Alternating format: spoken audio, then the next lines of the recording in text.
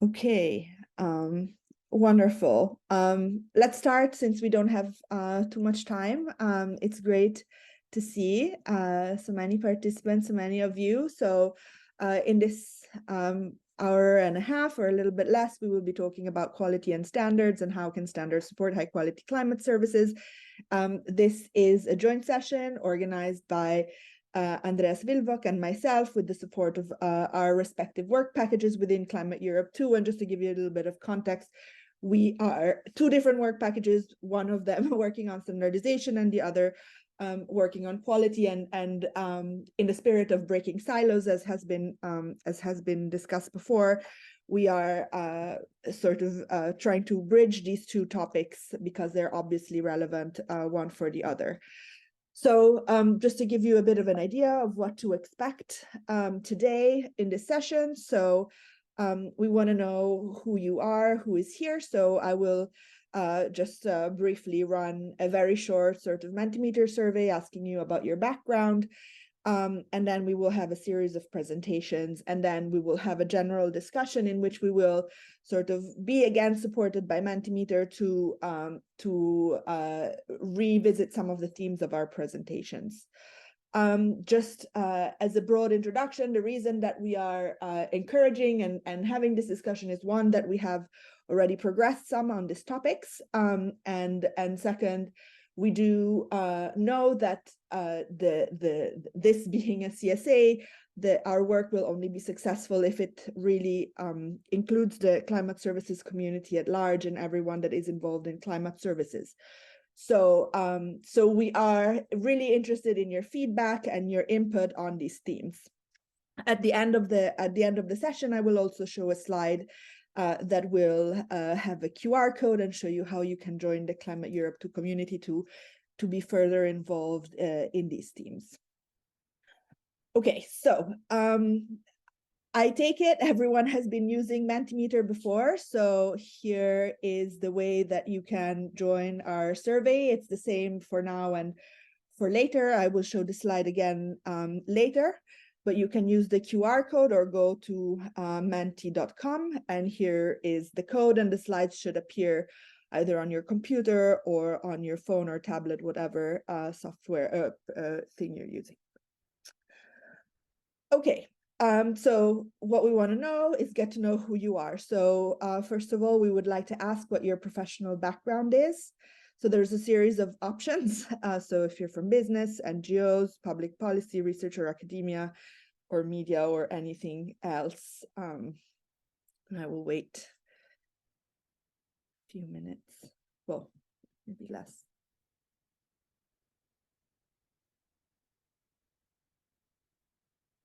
Okay, wonderful. Thank you.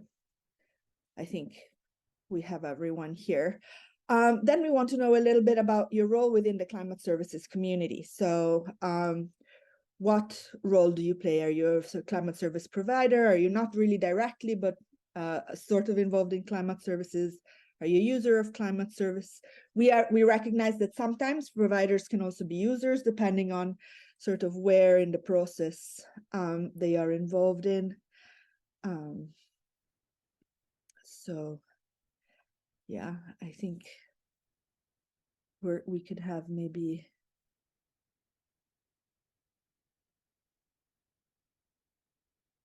Okay, wonderful. I think we have most. Okay, and one last question. It's great to have so many providers here. It's going to be super useful for us and for the discussion.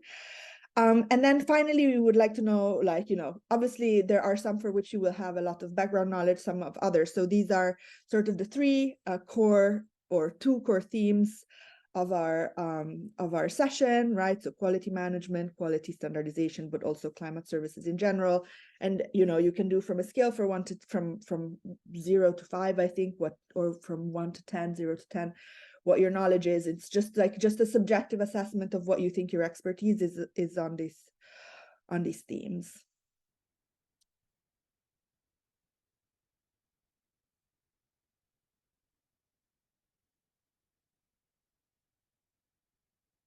Wonderful. And it's great to see like we have a really diverse audience. So hopefully we can all learn from each other. Okay, so this was kind of the last slide that I wanted to show you on this. So without further ado, I want to introduce our first speaker. Our first speaker is Jorge Paz from Tecnalia. Jorge is one of the co-leaders of Work Package 1, together with myself and Saya Zurita, who is here in the room with us. And he has been widely involved in climate services, but also in standardization and standardization committees, and has been doing together with Saya really excellent work so far, and will be presenting some of the sort of scoping work that we've done within Climate Europe 2 on standards. So yeah, Jorge, I will stop sharing my screen.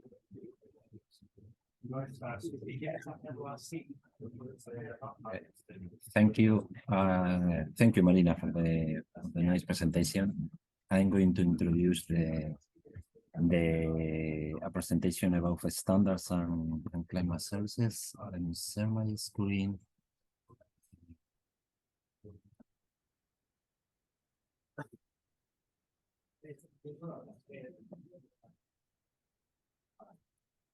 Let me know if you can see my screen with my presentation. Okay, thank you. So in this presentation, I'm going to briefly introduce what we have learned until now about the standards and how they relate to climate services. In presentation mode, okay. So in this slide, we present the analysis we have done, considering 4 pillars of the standards that we think that can contribute to the work we are developing in Climate Europe 2. The first one on the left is the data standards that are directly related to climate change, to resilience, to risk assessment. For example, we want to highlight the ISO 14090 family of standards that is related to risk assessment, adaptation, etc. We, in the second pillar, have evaluated a lot of a diverse set of standards that can help to handle issues that are intrinsic to climate services, in particular quality, data management, all the activities that we perform when we are providing climate services. I am going to put more examples about this in my next slides. We think also that there are 2 pillars that are of particular interest also for developing climate services and for the uptake of climate services. That is also one of the goals of Climate Europe 2. On the right, I want to highlight the importance of sectorial climate services that are related to decision, to designs, to activities that are directly related to climate information. In this example, we highlight one standard that is directly linked to the design of petroleum and natural gas facilities, but there are many others. For example, if we think on the energy performance of buildings, is a sector where with climate information is directly linked to different standards, and the same if we consider renewables, etc. So these standards are important because they define how climate information is going to be demanded, let's say, in the next step of the climate services, in the engineers, for example, or the decision makers that are going to take the outcome of climate services. And we have evaluated all these kind of standards. And the third pillar, the adaptation measures, is related to, there are now climate action is becoming more evident. There are some actions that can be classified as adaptation measures, for example, green roofs, sustainable urban drainage, and a lot of measures that in their primary goal, let's say, is to contribute to adaptation. And in these sectors of these activities, the uptake of climate information is, let's say, particularly relevant. So this is the kind of information that we have, let's say, evaluated in the first stage of Climate Europe 2. And with this information, we have developed a plot like this one that is now on the screen, where we relate the activities of different standardization bodies, like the International Standardization Body, the ISO, and the European one, for example, the CNN and others, and the different initiatives, standards, the activities of this organization is organized in technical committees and then in subcommittees. So this map will try to reflect these different standards of these 4 pillars that are of interest for climate services. Just for giving one example, now we are evaluating this standard, this ISO 8000 family that is related to data quality, and just trying to show you how complex these families can be. On the screen, you have the different the composition, let's say, of one of these families. And this is one of the families that we think that are more of high interest, but of course there are many others, that the ISO 9000, the ISO 14 that are shown on the screen. This is another list of standards that are currently linked to the WMO guidelines, or that defines technical requirements that in some way can help us to don't reinvent the wheel. When we develop climate services, of course, we have to handle the quality, we handle geographic information, we have data elements, etc., and many other components that can in some way help of the existing standards. And this is just a preliminary list that we are trying to review with the project as the project evolves. And this is just what I wanted to bring to the table, that there are currently a lot of standards that are related to climate services, a lot of activities that are highly standardized that can benefit from climate services. And this is the job that we are doing in the work package 1 of Climate Europe 2 at the moment, and that is covered in one of the deliverables that will be updated regularly. So this is all from my side. I think I don't want to take too much time, and I give the floor back to Marina. Thanks. We are already running a little bit behind schedule, but we have time for like maybe 1 or 2 clarificatory questions if there are any. But if not, I'm going to give the floor to my co-host, Andreas Wilbach, who is at Hereon and has been leading work package 4 within Climate Europe 2. Yeah, thank you, Marina. And just trying to get this here in a way, oops, that I can see that already. My window is too small, so okay. So hope it's fine for you. So this is the second part of the presentation, and in the beginning I said this session is about haute couture and prêt-à-porter. So I let you just what either you think is the haute couture and the prêt-à-porter afterwards. We have no Mentimeter on that. And so I would like to talk a little bit about the quality now. We have just heard about standards, how we approach that. And the background here is that we are being asked in the project to deliver a set of guiding principles for high quality climate services. And the first approach that we've chosen is that we looked into the literature, which is quite rich on already on quality indicators and criteria for high quality climate services.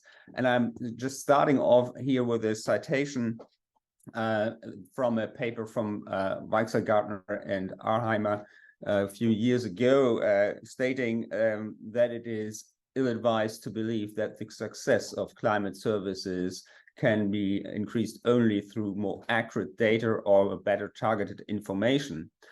just taking this out of the context, of course, here, but somehow I would like to motivate you with that there are several aspects of quality with respect to climate services, and I will briefly visit those different aspects. And what we did was we went across a typical logic model approach, that we looked into the various components that are building up a climate service or are useful in the context of a climate service. So we looked on the input, on the co-production processes, the process itself, the outputs or the service, the climate service as such, and also the outcome and impact of such a service, and try to figure out what are typical quality criteria there.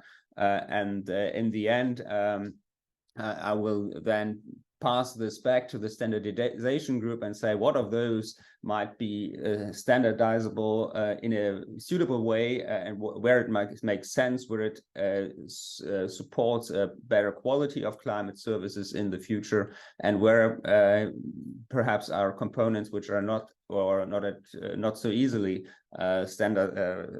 being standardized.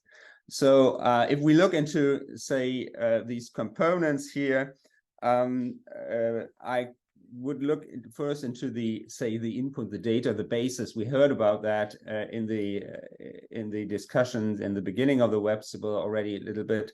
And we will hear about the quality control and quality assurance in particular in the presentation after the break.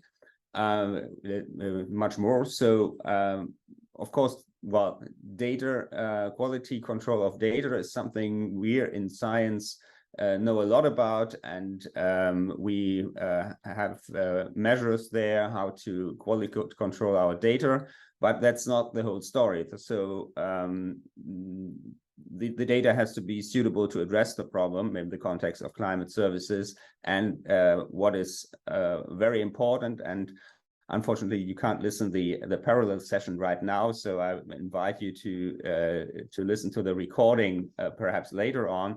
There is also an issue with the limitation of uncertainties of data, which has to be communicated with the users, to the users. They have to be clear about what uncertainties and limitations of the data, of the information they are using for their applications, for their decision taking, is there to really make the best out of what say the climate community plus, not just talking about climate data, but what kind of basic information we can provide.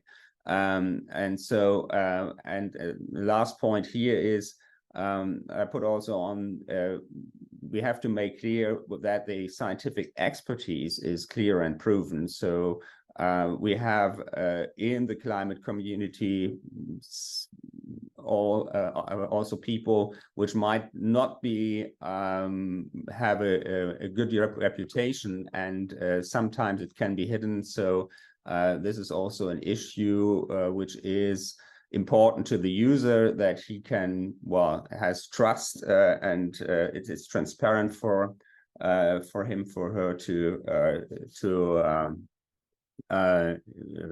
what he knows, that what he can use in terms of data, and where the limitations are, and this is a trustable source of information. If we go, to the next slide here, I'll just briefly touch on the co-production process. So it's very likely, and I think this is something which we all agree upon, that a co-production process is a very suitable thing in the context of climate services. So you might design a product or a service without interacting with your users, but it's perhaps not the usual way, and perhaps not the best way. So we are user-driven. We have a user-driven approaches that we are following mostly. and the users should be involved at all times, providing feedback, have interactions with our partners to really produce the right product for the users that the user can use. Is understanding what he's using. They have a different language, perhaps they didn't understand us as a science community, and so to build really trust amongst our users. This is certainly a quality criterion that we have in the context of the co-production process. If we go to, say, the products itself, of course, we want to have a ready-to-use product, and you might think about some product that, you can apply for different things, but on the other hand, the one size fits all is normally not what is suitable for the user. So normally we have products or intend to produce products and services which are user-driven and also defined and constructed for the users specifically. And timely delivery was also mentioned earlier today, that it is necessary to provide the information in a time frame that is required by the user for instance, to adapt to changes, and which has to be taken into account. Products improvement and maintenance, like it somehow pays off to affordable and sustainable and equitable products. So ideally, climate services should be sustainable in a way that they are available on the long term, they are maintained, that they are accessible for everybody, knowing that, of course, we are not just talking about services that are provided by public money, but also about services which are commercial products. And saying this brings me to that, statements is a successful service that is commercialized automatically a high quality climate service, or is commercialization of a climate service not at all a quality measure? I just put those questions here, perhaps for you to enrich the discussion later on.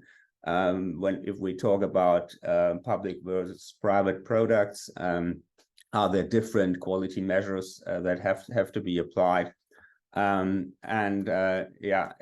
Last part of the process here, outcome and impact. What we envision is that the service is, of course, used, and of course it leads to the desired consequences, so at least from the user side of view, and leads also to positive feedback and recommendations. That is a quality measure somehow. If you get a 5-star rating on something, it's always good. You have users that recommend your service. That's something we would like to see, and it's a quality measure, but perhaps not. It's not what the provider likes to accomplish, or how much profit may be made. Also something we can discuss later on, if you like. So this all together led to the first set of guiding principles, and I will just quickly, because of the interest of time, go over these principles, which you can find in more detail in the deliverable that is available. I will show you the link in the end. Perhaps we can put this in the chat as well. So what we say is there are 6 or 7 guiding principles that we formulated from this literature review. First of all, science-based, that builds confidence and trust. User-focused, so the climate services should be addressed or provide the information the user needs. relevant, usable, actionable information.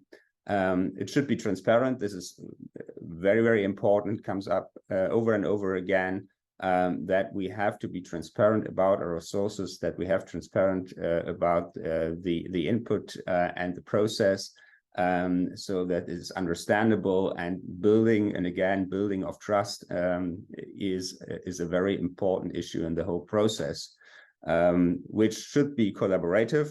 Brings me to the next one, to really engage the stakeholders which you have in this process, and here we also could come to the discussion we had earlier, how to bring in the social sciences as not as a salt, some salt on the menu, but just integrating these communities. Timely and accessible, I just mentioned earlier, as well as sustainable and equitable. As I said, I would read it in detail here, but I'd like to close with two remarks here. And now bridging the gap to the standardization again. So we have defined a number of criteria, quality criteria, through this mapping of the literature, and some of those can be standardized quite easily, or have been standardized. There are standards, for instance, for the data quality and quality management, as just Jorge pointed out earlier, what is already there. And we have to look now, what of those in this list can be standardized in the future, where it does make sense, and what kind of criteria might not be standardizable even in the future. But all this should build in the end to have a transparent, trustable process, and so on. So this is the way we would like to go. We would like to go the route via the standardization within Climate Europe 2, knowing what this route will also be required also in the future, and what we have to assess what is possible via this route. Yeah, and closing with some information. So there is a deliverable on the literature-based guiding principles, which is available. I can put this link in the chat for you, and those of you who are registered in Climate Europe 2 can assess that. And we will now, in the next steps, involve you as the consortium and the community to get more feedback and comments, and we will also widen our view with case studies, with surveys and interviews in the next year, and revise these first set of guiding principles throughout the next year of the project. So, thank you very much. Thanks, Andreas. Just for everyone, the link that Andreas showed is the one from the Climate Europe 2 wiki, but the deliverables are also publicly available. So the ones that are public. So I have put the website link, so anyone that is not registered in Climate Europe 2 can still access that. And then, as was mentioned in work package in the presentation of the session 4, we are working on a platform where where everyone that is interested will be able to interact with this process in a more direct way, and we will show how to join later on. Before we take a short break, does anyone have any questions, clarificatory questions? I know Andreas put some provocative questions there when talking about commercializations and standards. We will have a chance to discuss this in the discussion part of the session. But before we take a break, are there any questions? If not, maybe Andreas, how about we take a 5-minute break instead of a 10-minute break, so that we can catch up on some of the time? Well, I'm fine with that. Absolutely. Yeah, just to stretch your legs, and we will be back at 20 past with Amir Razu's presentations on quality management. See you soon. Thank you.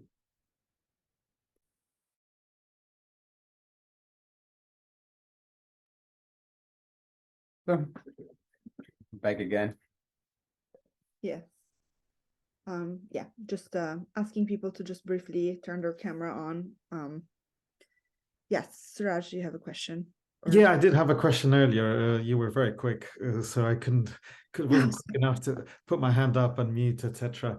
So it's probably a question to Jorge. I mean, you know, earlier Asun was kind of asking about to us in the earlier session about the, you know, how can you standardize something if there's no boundaries? And I guess I wanted to, you know, since you did the review of the landscape and everything, I wonder whether you're interested to hear your views on that one, and maybe, yeah, because my answer revolved around kind of, I think we need to move into the sectors. I'd be interested to just also hear your views on, you know, where are we at with standardizing climate services, and where do you think we need to go going forward? Sorry, big question. Thank you for the question, Suraj. I think my first reaction to the point of how can you standardize something if you don't define that, if you are involved in standardization committees, we spend a lot of time in the definition. You open a norm, the first part is a definition, and there are even norms that are only definitions. So maybe we don't feel it's complex to define climate services, and I agree with that. But if we want to move into the standardization practices, let's say, we need to set what we are trying to standardize in some way. This is my first reaction in some way. And regarding the second part, that is maybe the most complicated, where are we pointing at, or where are we moving? Is the role. We have an internal discussion that is mainly if we want to move into a basic standardization of what are the basic principles that can define what is a competent and a good enough climate services, in the way of defining more what we should not be done. And there are, let's say, another topics where we want to move to high quality climate services. So there is still an ongoing debate, and I think that depending of the practices, where the different components of the climate services, maybe we should have to arrange the ambition for that particular practice of where we want to move. Maybe we can define a framework of the climate services, and then inside this framework, in some activities, we can point to very specific, very precise norms or standards, and in others, we will have only, as Andrea say, guiding principles, orientations, or very generic standardization. This is my very personal point. And I think Sayora. Yeah, did you have a quick comment, and then we would... Yes, just to complement to what Jorge is saying, usually you build up, the first thing is to build a technical community to work on a specific area. So you need people with knowledge in that area. And at the beginning, as Jorge mentions, you start with definitions or frameworks or things like that. But before reaching to that, you also have a kind of business plan or a plan of and this plan usually is based on a dialogue, and you try to identify the needs. So there is also a roadmap of a standardization on the steps and what it is logical to do first, second, and third in a way. And I think this conversation among experts usually determine this business plan. I don't want to go over because with this topic, just so we can continue on the discussion. Thank you. Thanks, Ayo. And I think we'll have opportunities to discuss this later, but I will pass to Andreas to introduce our next speaker and last speaker before we open just for general discussion. Yeah, thank you, Marina. So I'd like to introduce Amir Delju. He is a senior scientific officer at the Climate Service Branch at WMO in Geneva. And he also coordinates the United Nations Framework Convention on Climate Change contribution of WMO.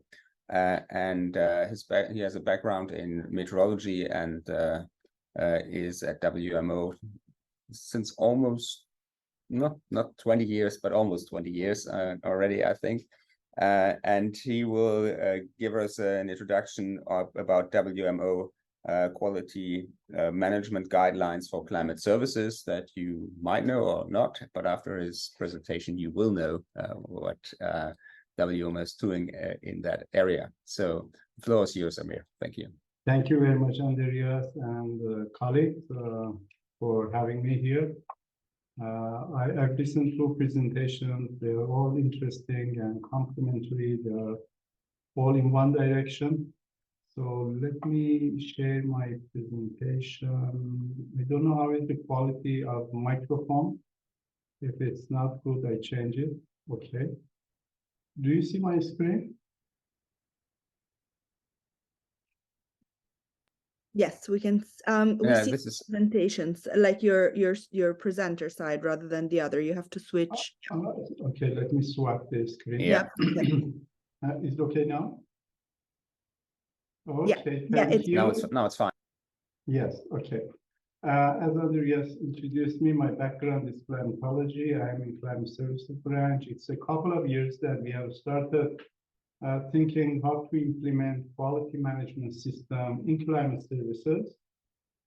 We had this QMS for the whole National Meteorological Services since long ago, but it's almost a new topic. WMO actually is a standard setting organization, and we have a memorandum of understanding with international standard organization, and it refers to a resolution that their council has approved. In addition to a list of standard setting organizations, if you go to the web, as Jorge was showing, we have a large list of nationally based standard organizations. For example, in Germany is DIN2 and others. There is also a regional standard organization for Europe. It's a European committee. Again, Jorge was showing that.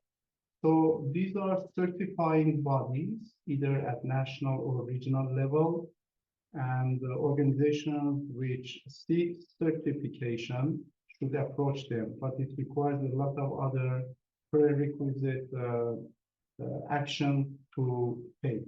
I will explain briefly.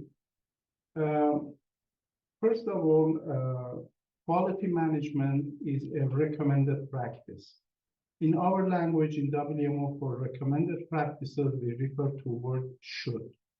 But those which are obligatory and essential, if you violate, you break the standard and rule, we use the word shall. Our technical regulations number 49 is the Bible. It's the main reference material for all meteorological services, which conduct observation, analyze the data, and produce products in the form of weather forecast, climate prediction, monitoring reports, and all those things refer to this document. So it is a combination of recommended and obligatory standards.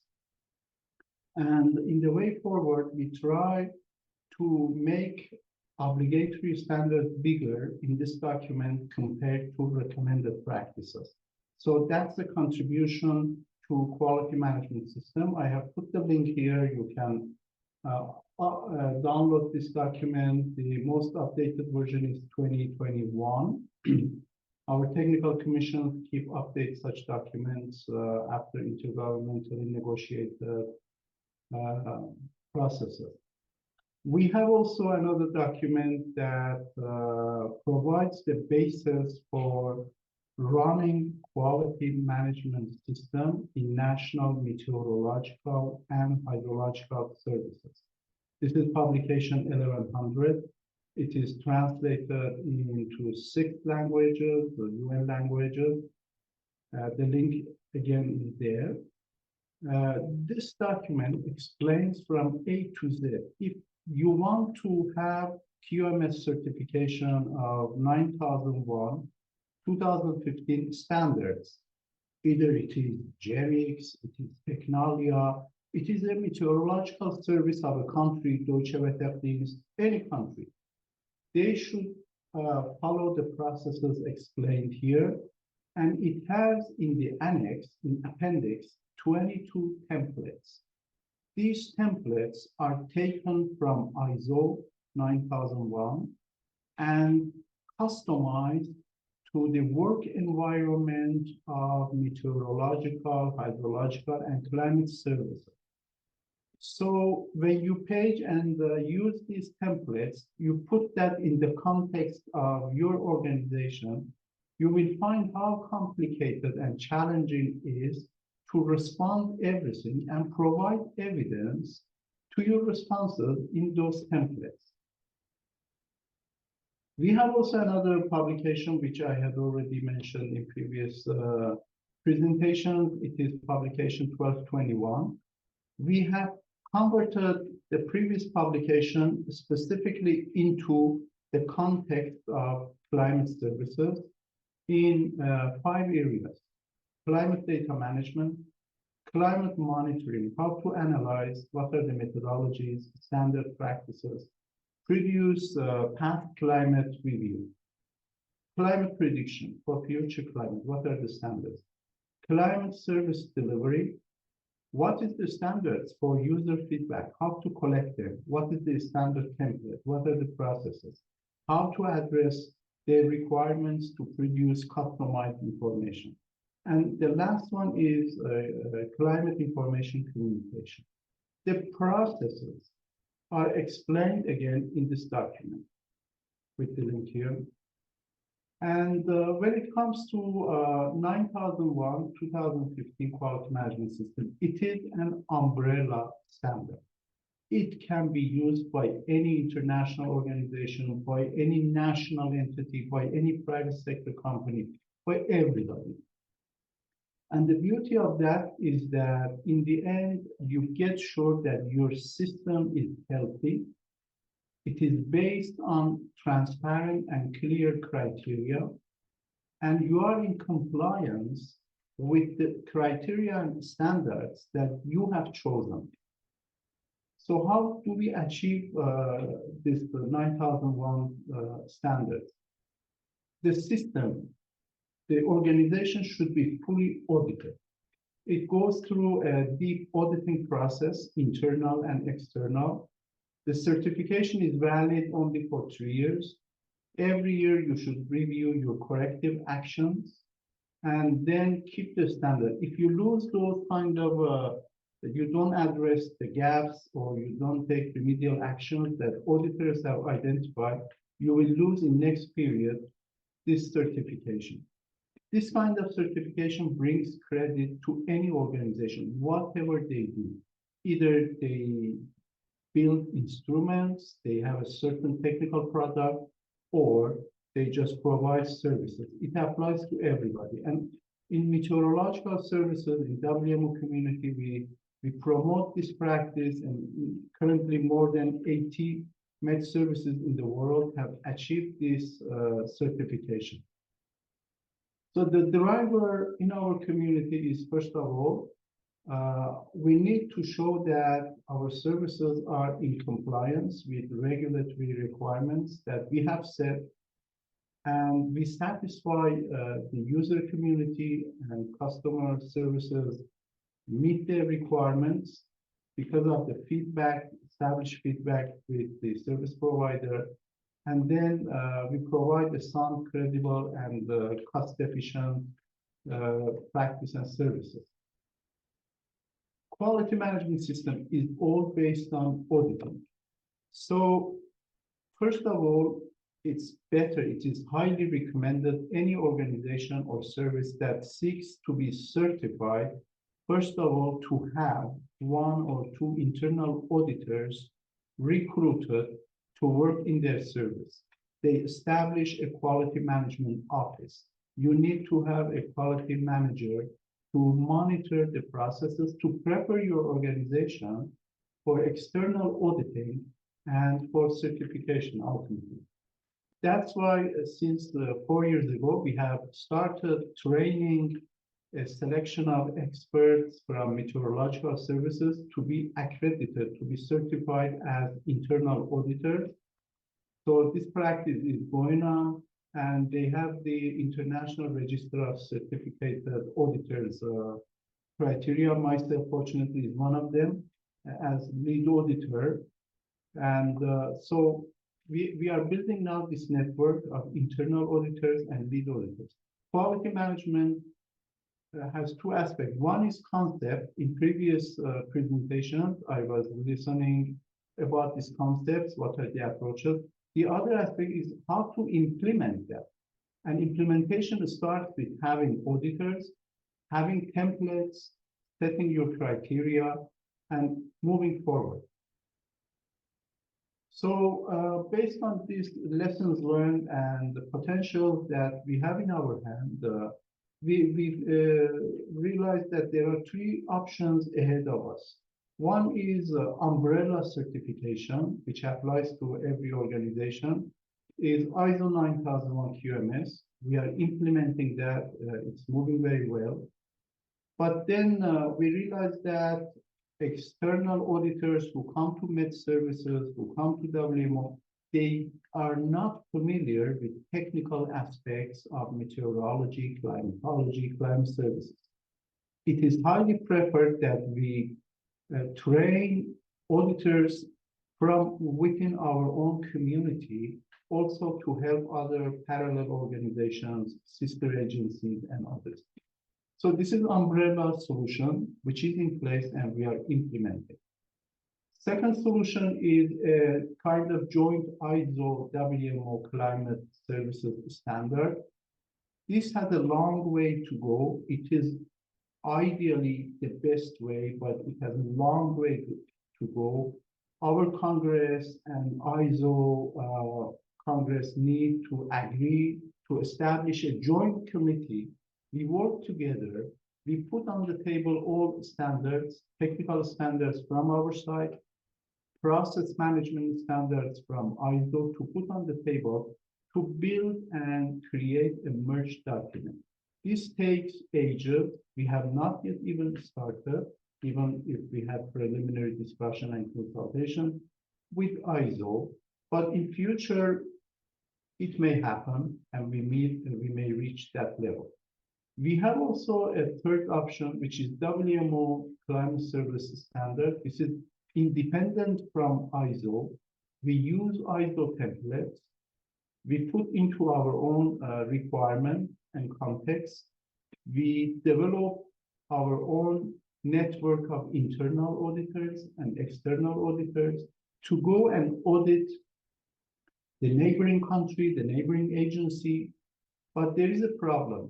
We cannot certify them. WMO is not accredited as a certifying body. In quality management, nobody can certify itself. Externally, we should be certified to be legitimate for outside world. So internally, if we cannot certify, there is a lowercase solution. We verify. We don't certify. We verify the compliance with WMO regulations and at least provide a certain level of confidence to our users. This is what we want in parallel to umbrella ISO 9001 pathway to take this as well. We are also following. This is called the roadmap for implementation of QMS in climate services. This doesn't reject ISO 9001, but under that umbrella, this can address more technically sensitive areas and issues. So for the option 3, we need a synthesis of WMO climatological standards. It is in technical regulation. Number 49, it is in many other publications. We have listed them and classified under data, monitoring, prediction, service delivery, and communication. We put them into the context of ISO templates. Then we use our internal and external auditors to audit an agency, an organization. Then we issue a kind of verification of compliance document. I don't call certification. It's very sensitive word in ISO standards. So it's the same process, option 3, how to implement, how to verify, to ensure that everything is in compliance with our standards. And for the way forward, first of all, this implementation is still being discussed in our technical commission. How to coordinate that with another technical commission, which is more responsible for observation aspects, for instruments, for training of experts.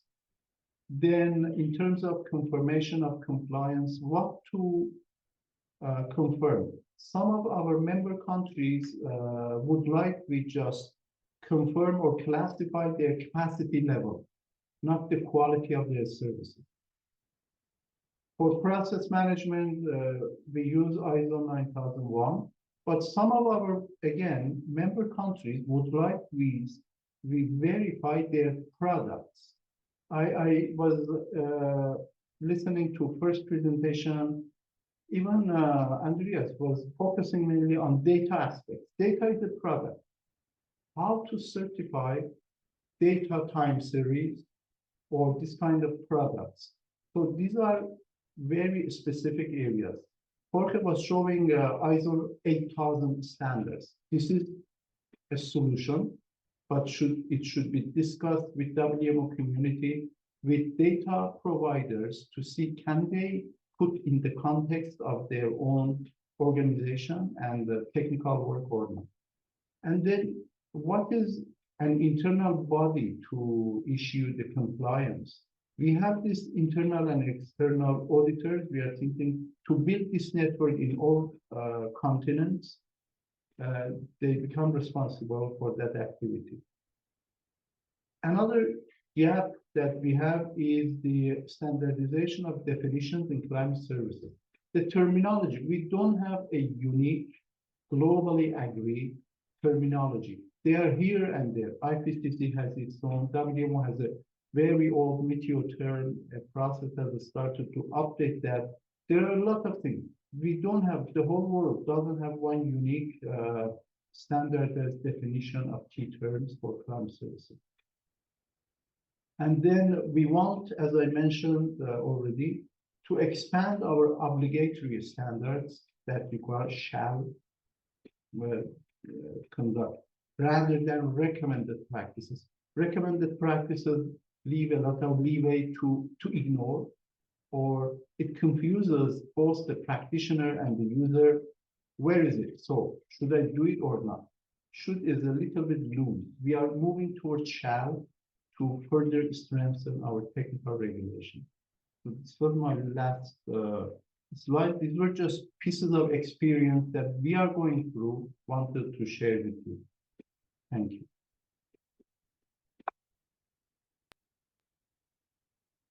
Thanks, Amir.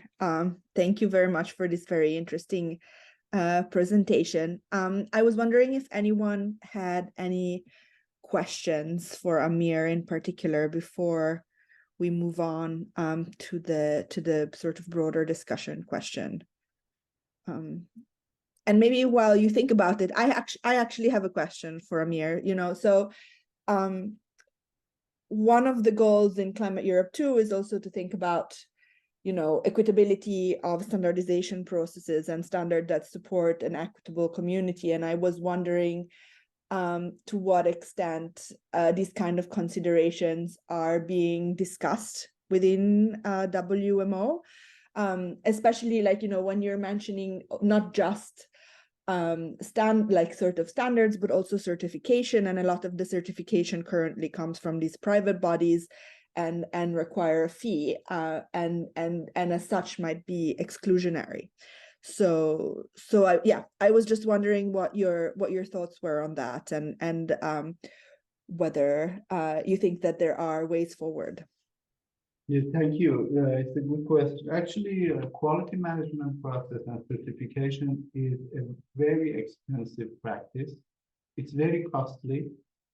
And particularly when you need to prepare your organization to reach the certification level, it really needs a lot of help by twinning and getting help from experienced organizations who have already gone through. So that's why, in terms of equitability,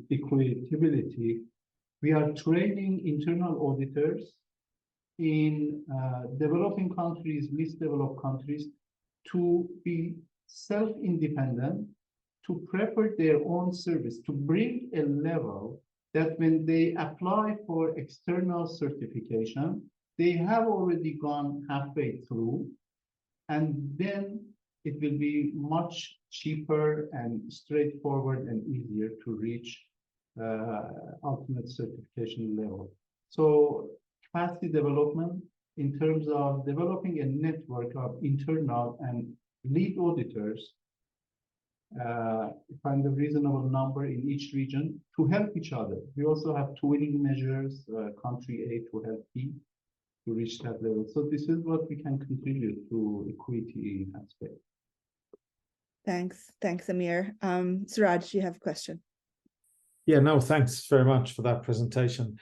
My question is about the quality management in climate services, the guidelines that you folks have produced. Seems to cover monitoring, climate data, and then climate prediction, but very much what seems to be the sort of seasonal timescale through the GPCs and long-range weather forecasting. So I just wonder where you think this kind of long-term information on climate fits in. I guess people talk about it as climate projections, and there's even decadal prediction, which is sort of in between, a new sort of emerging field where you're trying to predict up to 10 years in advance. But I kind of can't identify it in this document, and I just wonder, is it there, or is it something you're considering, this kind of beyond the seasonal timescale?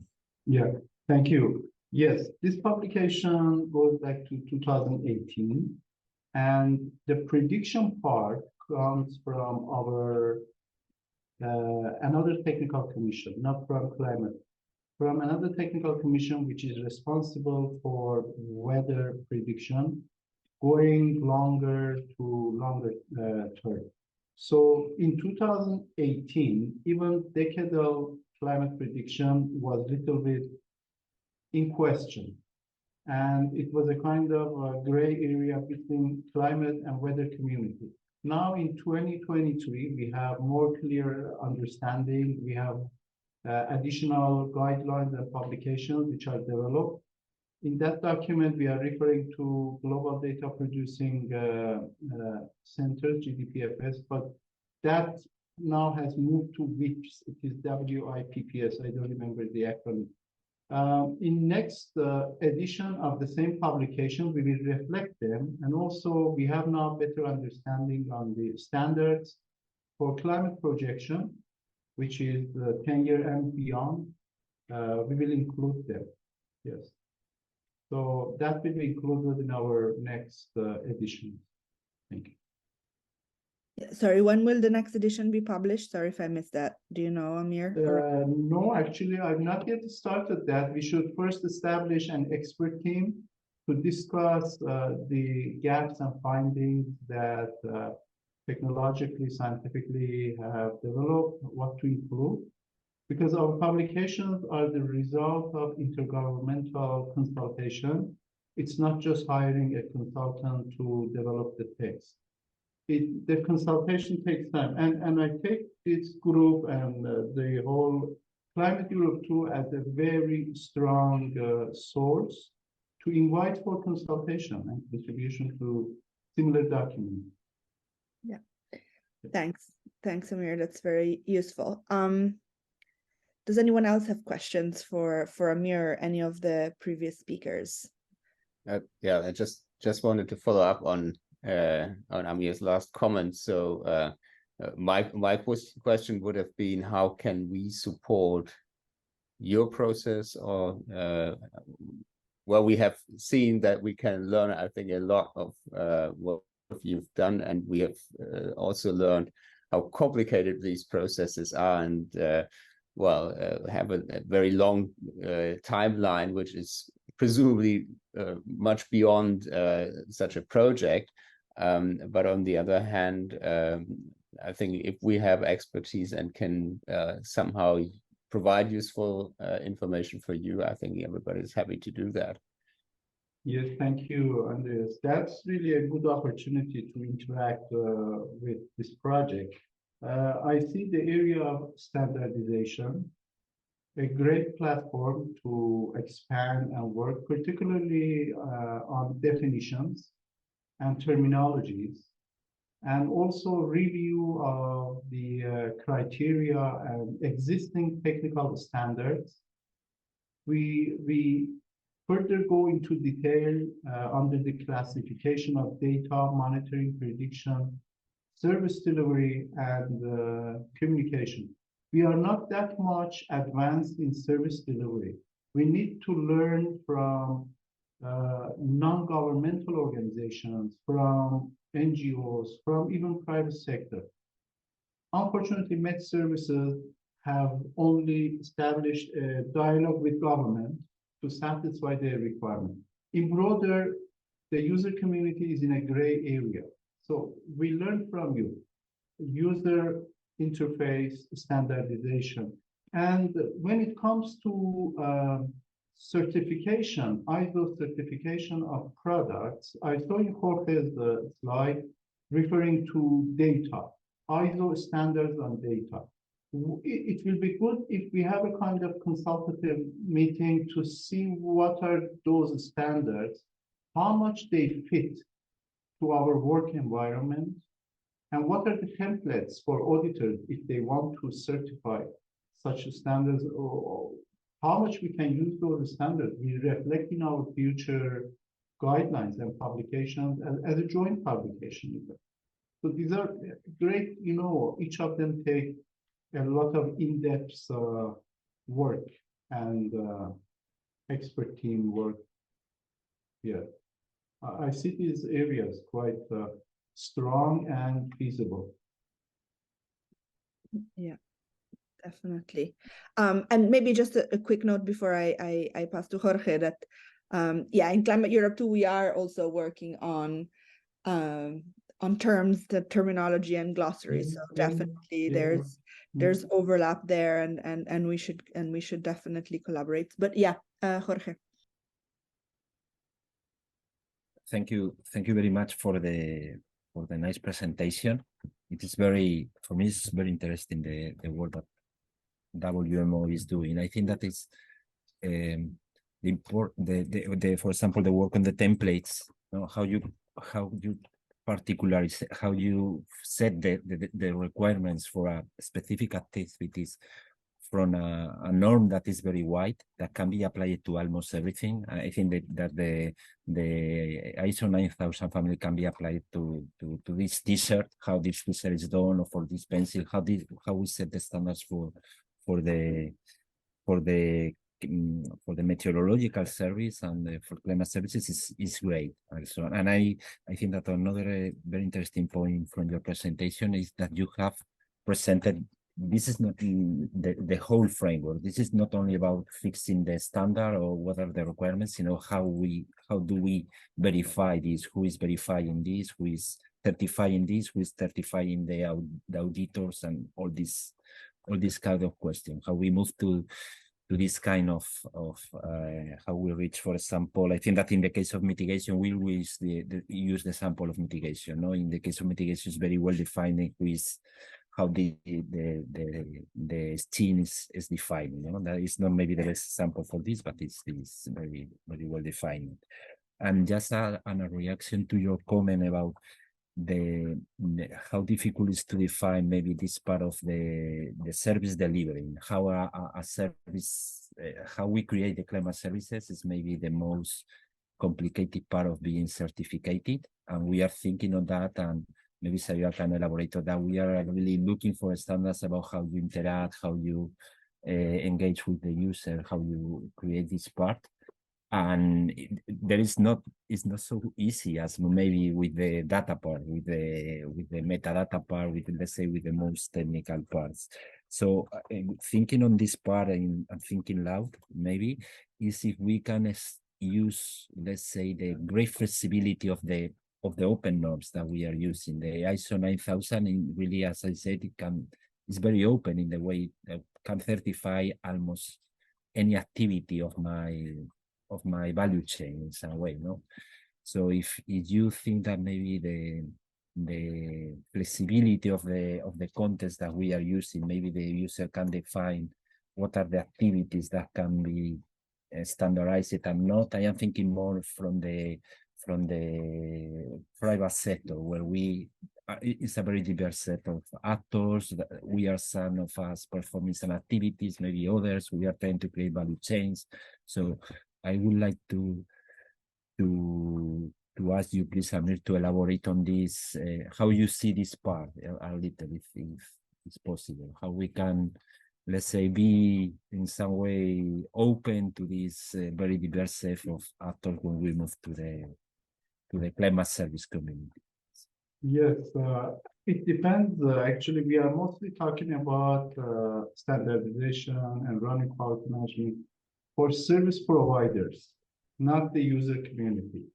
And the templates that you mentioned, how we have customized them into our work environment, these are mainly done by Bureau of Meteorology of Australia. We have many examples, even from Germany and others. We found their templates are in their local language, national language, not in English. And then after reviewing a lot of customized templates based on ISO, we chose Australia as the best example. So we learned from them. We don't develop those templates in the WMO Secretariat. And they are very well experienced in dealing with customer user community, how to respond to their requirements, evaluate their services. So our lessons learned come from our countries. And we can connect you. I can invite them to share with you more in-depth lessons, how they are doing. So this is the opportunity that I can provide you, hear firsthand responses from them. Yes, thanks. I saw Andreas put a question to everyone in the chat. We have 5 minutes left, and we were wondering if there's anyone in our audience from the private sector who would like to share their views on these topics, especially on standardizing. Standardizing as sort of the data in a way that is fit for purpose and user focused.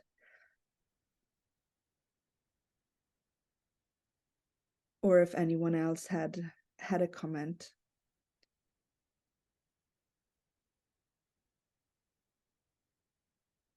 Everybody's exhausted. Yeah. If not, but feel free to raise the hand. I wanted to just quickly share my screen again, and I wanted to show you this first, and that is basically how you can join the Climate Europe 2 community. right? So we have, well, the status of Twitter or X is constantly shifting, but more stable places are LinkedIn and our website, where you can sign up to join the web network and receive regular updates.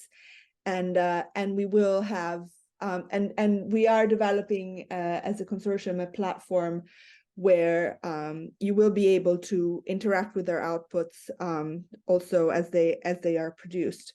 But also, you know, I have put our deliverables there in the chat. They're regularly published, especially the public ones on the website. So do please sort of read them. If you have comments, you know, the authors are listed. You can find us and email us with your comments. We are always very keen to go outside our own bubbles. And perhaps while we in the last sorry, I'm going to go a little bit. I'm going to go a little bit fast. I wanted you to maybe do this. So Andres has presented a bunch of quality criteria, and you know, like data management is one of them, and sort of data quality is one, but there are others. So as we wait to go back to plenary, we would really like to hear like how you would rank them in based on importance. So this has a kind of already predefined rank, but yeah, I will just leave you some time to get to this slide. You know, it's still like going to menti.com, and actually let me put the voting link in the chat.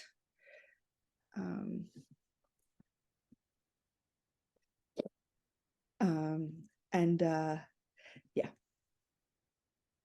what do you think are the most important quality criteria? I mean, assuming that we can rank them, you know, that's also an arguable statement.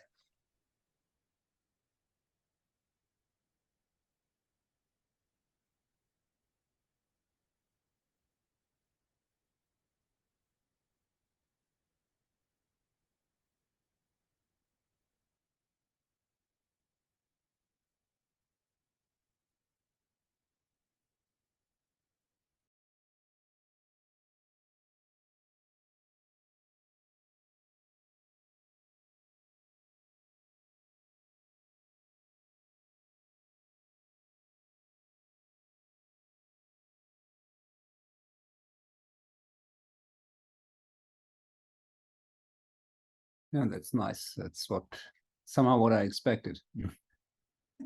Yes. But yeah, I mean, like one of the things that, yes, you will have heard throughout the project is that we are especially interested in incorporating the user perspective, right? Like also Amir was saying, it's really hard to do that, and yeah, and hopefully Climate Europe too can advance a little bit on that. We have 2 minutes as people respond. Should we just say a little bit about the next steps in our work, Andreas?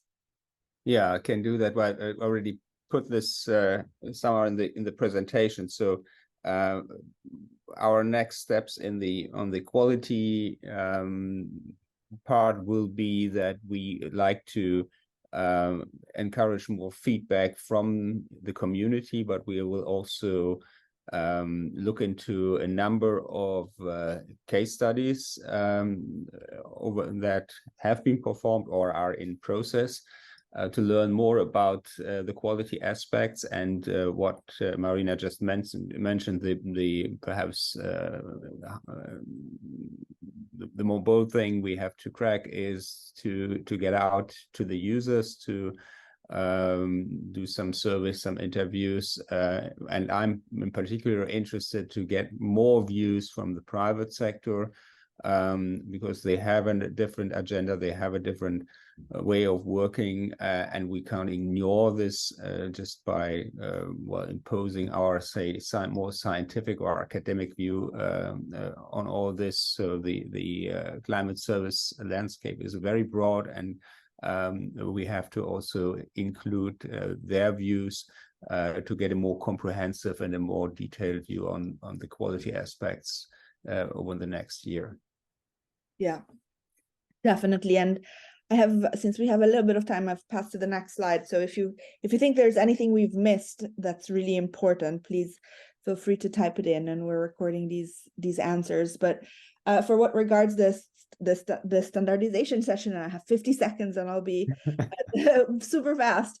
So we are sort of working along three, let's say, different mainstreams. So we have this landscape that Jorge presented. We are also working on the glossary, so like developing a mutual understanding of key terms, with the idea of like thinking about how this will affect supporting standardization and standardization itself. We have developed a framework to support standardization that sort of guides us through key questions that we really need to ask. But something that we will be doing in the next year is developing the synthesis report that looks at the work that is produced by Climate Europe 2 as a whole, and sort of putting it within this framework of supporting standardization and where we can go. So please, yeah, join the community and be in touch, and we'll see you in the plenary. Thank you, everyone. Thank you very much, everyone.